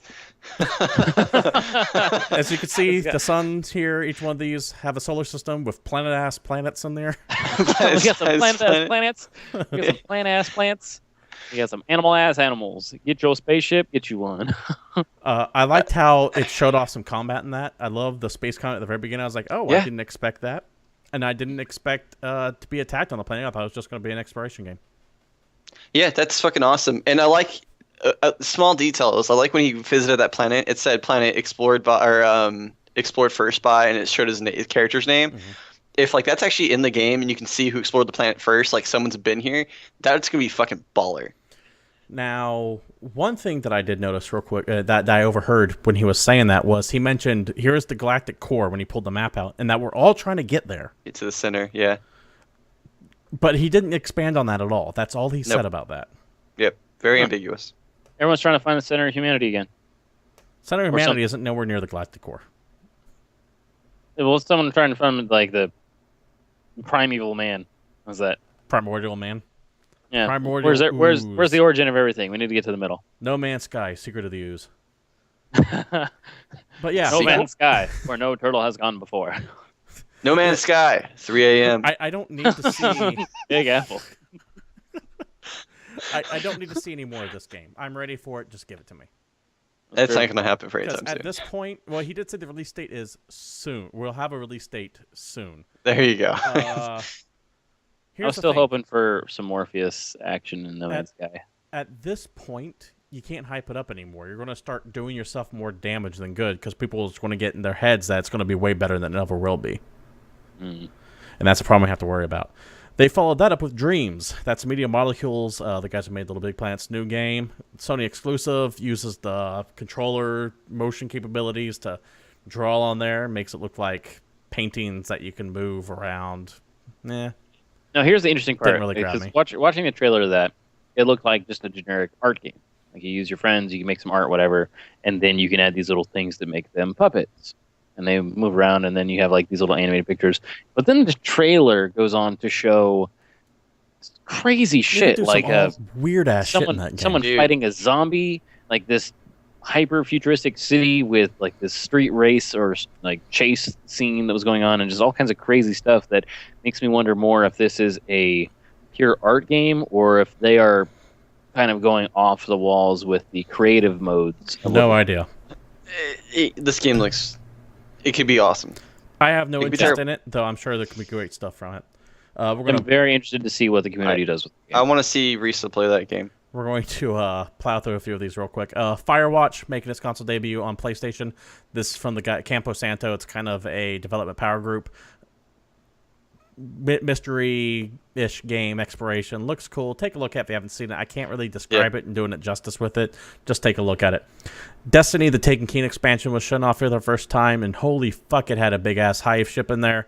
You're fighting Oryx, who is the head of the Hive, and he's pissed off that you killed his kid in the Dark Below. Showed off some new classes. The Hunter gets a bow and arrow class, Warlock gets lightning hands, and Titan gets a fuck-off fire hammer. And Oh, and at least Fire this is Thor. actually coming out this year. Yeah, that's 9/15/15. Mm.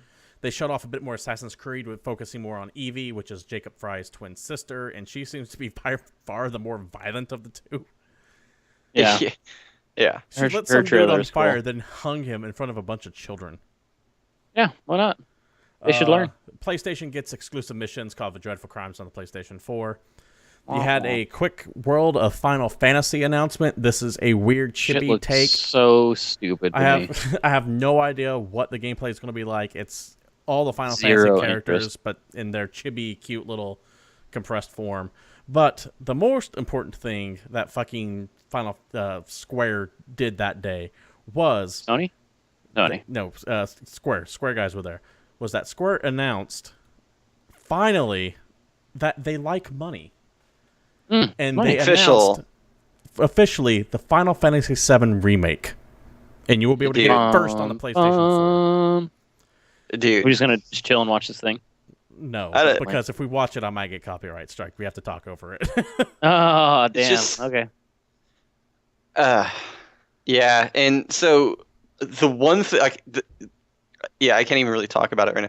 The one thing that made me sad about this, going on a side tangent, is it gave me fucking hope again that Chrono Trigger could get a sequel. So now for the next 12 years, I'm going to be struggling on. They remade Final Fantasy VII. No one said it could be done. Look at that.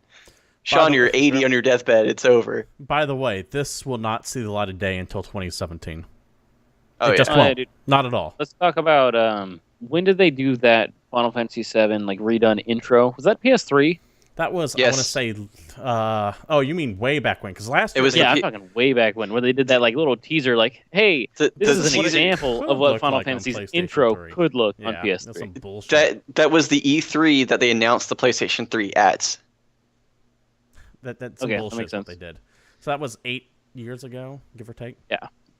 Yeah. Hey, now let's actually pull the trigger on this. Yeah, Final Fantasy VII Remake. It's official. It's coming first on PlayStation 4, probably on PCs and Xbox One as well.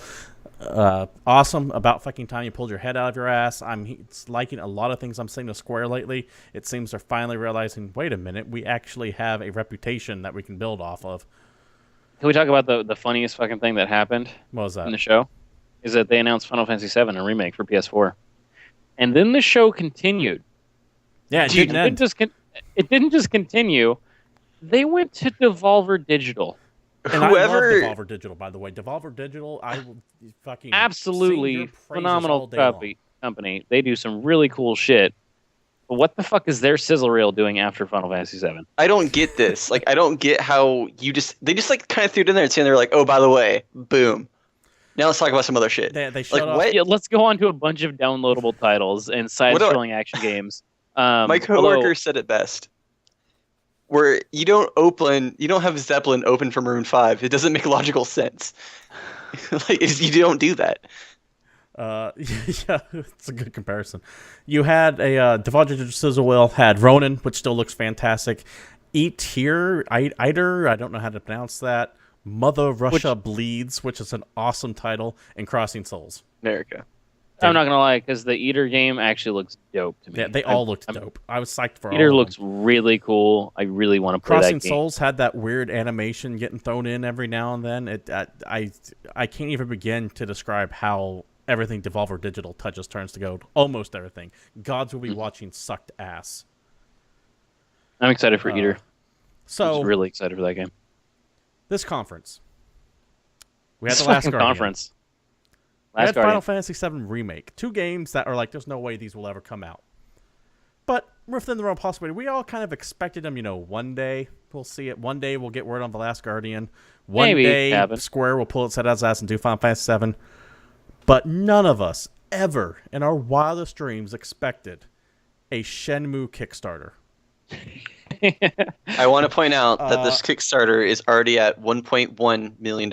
And that's only as of an hour and about 2 hours ago. That's already raised $1 That's million. active. Yeah. This is active. This is going up. It's got 31 days left, and they've made $1 million. I can't even The begin. funniest thing is, one, no one told us this is just as left field as humanly possible. But the single funniest part about this, like, don't get me wrong, I am outrageously excited for this because I think we've talked about like the whole fall of Sega and the fact that to me Shenmue was like kind of a really defining time for Sega, and I wish they could get back into doing that kind of shit. But the fact that it's a Kickstarter, Yeah. they didn't announce the Shenmue game. Shenmue game is not being produced and developed for the PS4. It's not coming out next. No, this is a fucking Kickstarter, which, if you're being honest, is a fucking commercial. Yeah, and Hey, not only guys. that, but it's on a Sony conference as well. You're trying to kickstart a Sony conference. We can get into that probably another day. But do we? I just know E3 that's something conference the place for a Kickstarter. That's like Is a now. whole other conversation, but it's just a fucking weird decision. But to be fair, that is the place where they get the most exposure. Yeah, well, $1 million already made. I always like to look at their pledges and see what's up here, and I scroll to the very bottom. The $10,000 pledge is already completely sold out, and that's to have dinner with Yu Suzuki, and says, bring a friend to join a party in Japan with Yusan and other backers of this tier, and an original script set from Shenmue 1 and 2, even those working closely with the production of first titles have not yet laid eyes on those rare treasures. So you get to be given the scripts to Shenmue 1 2. I don't know if they're going to fly you out or not. Normally these things say airfare not included, but that's not on here. For $10,000, they better fly me out there. Also, the fact that the other $10,000 one is a single backer and it's Rio's jacket from the original game. That's That shit's awesome. gone. Some dude That's bought gone. that thing in a hurry. 400 people dropped $500 on this already. Yep. For capsule toys. I mean, this has a lot of people willing to spend a lot of money on it. Not even Bloodstained, which was Koji Higashi's Metroidvania Kickstarter, had people gobbling up the higher end things. Well, because like not this only one. is this a Kickstarter that's getting a ton of attention early, this isn't a cheap Kickstarter. This isn't when they're like, "Hey, we need $250,000," and then everyone's like, "Holy shit, they got $800,000, and this is a huge deal." No, they're straight asking for $2 million. That's big. And he's gonna get it. 2 hours in, he's already well over half the way. He's made $1 million in 2 hours. Just by showing up to the Sony press conference. This is another thing too that gives me hope about another particular game I want to see is this right here, because now like other companies can be like, holy shit, like maybe we can do this with older, like we don't have to waste our money repeating old games that we know people want. Now they can back us up making old games they want. Yeah, we'll see with the success of this. Well, the assumed success of this Shenmue Kickstarter. It's not taking success yet, and with Bloodstained, if other people hop on this trend. You also have like Mighty Number 9, which is a Mega Man clone, but you also have ones that didn't work out, like Shadow of the Eternals, which was Dennis Dyak's shot at making Eternal Darkness 2, and that bombed horribly. But Dennis Dyack has his own bag of issues that come along with him. Squaresoft, if you're listening, and I know you are, if you put Chrono Trigger sequel on Kickstarter, I will fund. That would be the first Kickstarter I ever fund. Dude, I almost want to fund Shenmue. It's an issue. We're going I will fund the shit out of that. We're going to go ahead and move on, as much as we're starting to run late on time. We're already 30 minutes past, but who cares? Batman Arkham Knight was shown next. Nice flashy trailer. First-person cop view on there. PlayStation 4 exclusive with Scarecrow, Nightmare missions. Everything else is going to be on all the consoles. Cool thing to announce, but this game comes out next Tuesday. Yeah, I'm kind of surprised it was on here. They showed a bit of Project Morpheus. They showed a game called Riggs, which is a 3 versus 3 robots fighting each other. I really wasn't all that impressed with what I saw, especially after seeing HoloLens. This seems the only thing that caught me interested is I'm pretty sure that he mentioned that Riggs is being developed by Guerrilla. Yes, well, correct me if I'm wrong, but I'm fairly certain that is also a Guerrilla developed game, and they make good games. So even though it looks weird, Morpheus title might be really fun. I'm just upset Riggs isn't a reference to Lethal Weapon. They also mentioned PlayStation Vue is going to launch in San Francisco and LA tonight. Though one thing that I thought was really fucking huge is that they mentioned huge, you guys. For a long time, people have been going, "Where are my a la carte TV channels? I don't want to spend $100 to get an entire package." Well, PlayStation's doing it through their Vue setup, where you can buy individual channels through it. That is fucking big. Yeah, another reason why I'm happy I own a PS4. On your PS4. There you go. Here's $5 to have Economy Central. I will say though, there's a company called Sling. If you guys haven't talked about this or heard about this yet, it's Sling TV, where like you pay them $15 and it's like a Netflix streaming service, but it has a lot of the same channels on here that comes in a package, and it's like $5 extra for HBO. I want to take a lot more information. I wanted to take a harder look at what this is, because this could be huge. It's the first company that I know of that's doing the a la carte thing. Now you said Sling, but this is the first big one that I've recalled, that I can recall, that is doing something like this. And if they do it well, if they get like say AMC, which is The Walking Dead, and it's on Sling, so I'm assuming it's going to be on here, because I am pretty sure AMC was one of the ones they showed on that controller. Okay, this could be big. I'm excited for it. I want to keep a closer eye on it. They then followed up with Call of Duty Black Ops 3. Notice they snaked it from Microsoft, which is big into itself. I know none of us care about Black Ops 3, but a couple things. One, it was at a Sony conference instead of an Xbox conference, which in itself was weird. But they also announced that all map packs from this franchise will be day and date first on Sony platforms. So they took the time to exclusivity from Microsoft too. Yeah. And they didn't just say for Black Ops 3. They said every map pack in this franchise. Which is kind of crazy if you think about how much money they had to throw at Activision for something like that. There was actually a couple things that intrigued me with this. One is the fact that they announced a 4-player co-op campaign. Yes. Which is first for a Call of Duty game. Could be Yeah, cool. like that's kind of a big deal because I mean, Ever. we know that Halo's been doing that Yeah, could be cool. for a really long time, and it's kind of funny that another shooter finally figured out, hey, people like to play these games together. Maybe we should do something about that. Incorrect. You could never play Halo games Not until 4-player this co-op. Is it just 2? You couldn't even play it 2. I thought you could do.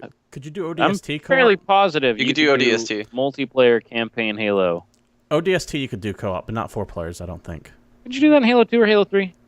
No, Halo 3, you Alright. played the Arbiter for some missions. That's true. I don't remember.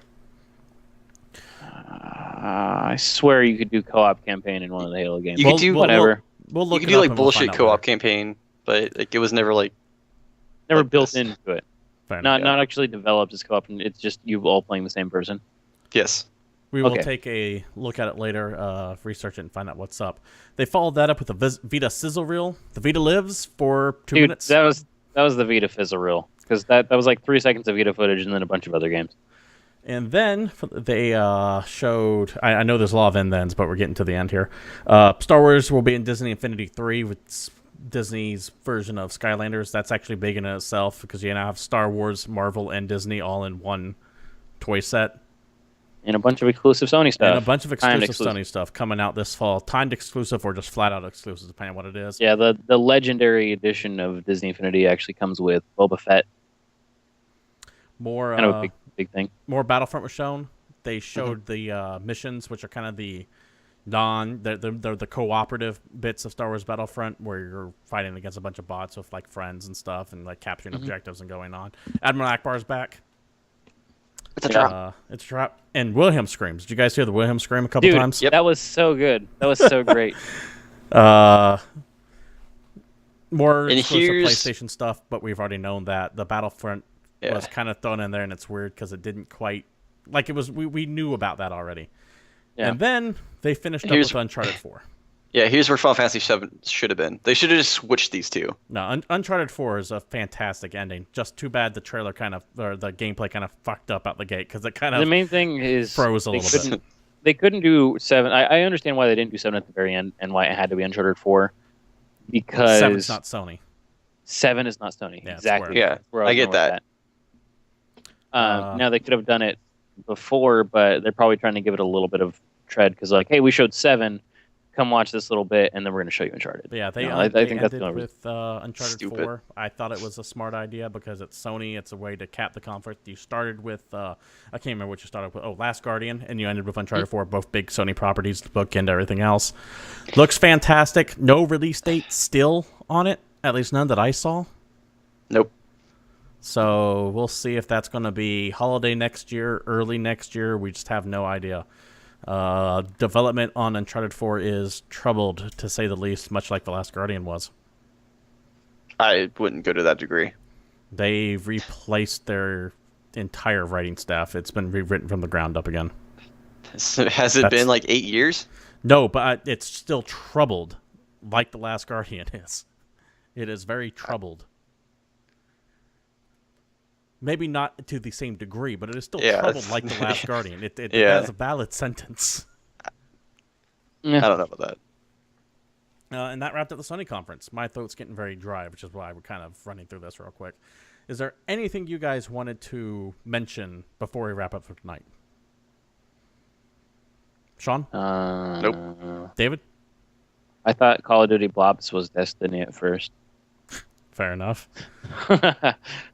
David, of the 5 conferences we saw, what was your favorite? Sony. Sean? There's just too much there for me. Game-wise, Sony. Game, not game. No, don't qualify it. What was your favorite conference? Sony. Sony. Okay. But like, I like it's you can't really. I don't know. All It's right. tough. though, Everything else, 'cause everything Microsoft brought had some something really good that stuff. I wanted to. Yeah, like Yeah, this Bethesda wasn't No, decisively they were won all by Sony. they were all this year. good, except EA. I thought EA was just garbage conference, but Bethesda was fantastic. Microsoft brought it hard. Sony brought it really hard. Sony's relying a lot on nostalgia to carry them through this E3 because they Although actually it's kind of don't funny have that you anything talk for this about year. how EA had the weakest conference, and yet they had a game that was featured in everybody else's. Yeah, for So almost everybody has to talk everyone about else. Battlefront. Like they Yeah, have except a Bethesda game that's and big enough Ubisoft. that they can just kind of slink around with all this other crap. They're doing. Yeah. I will say I was shocked I didn't see anything from either Kingdom Hearts 3 or Final Fantasy 15. If you see anything on either one of those two, you will see them tomorrow during Square's conference. Oh, Nintendo yeah, has that's their not really conference. They're like Nintendo Direct tomorrow morning, and you also have Square's right after that. You also have the PC Game Show, sponsored by AMD, later that afternoon. We will talk about all of those next Monday on GamePoints, which that's what this has been. This has been GamePoints. Thank you for watching us. We're here every Monday at 8 p.m. Pacific Standard Time. You can follow us at Twitch TV/GamePoints right here. Feel free to join in the chat, toss us questions. We'll try to respond to you. We weren't too interactive for chat today. Apologize about that. We just had a lot of information to get through. You can watch us on YouTube if you can't watch us live. Just type in GamePoints, one word, space PC. We pop right up there. You can watch all of our old shows that make it to there. You can follow us on Twitter at GamePointsPC. You can email us at GamePointsPC@gmail.com. You can give us a like on Facebook at GamePoints Podcast. You can also follow us all individually on Twitter. I am your host, Stephen Brown. You can follow me at CapitalistPig21. You can follow Sean Brown down there at Vidisco_King. You can also follow him at Twitch at VidiscoKing when he ever streams. And then across from him is David Smith. You can follow him at Palshif Satori. I'm done talking. I just talked for like an hour and 40 minutes straight, and I'm ready to go to bed. So this has been Game Points, and we are out of here.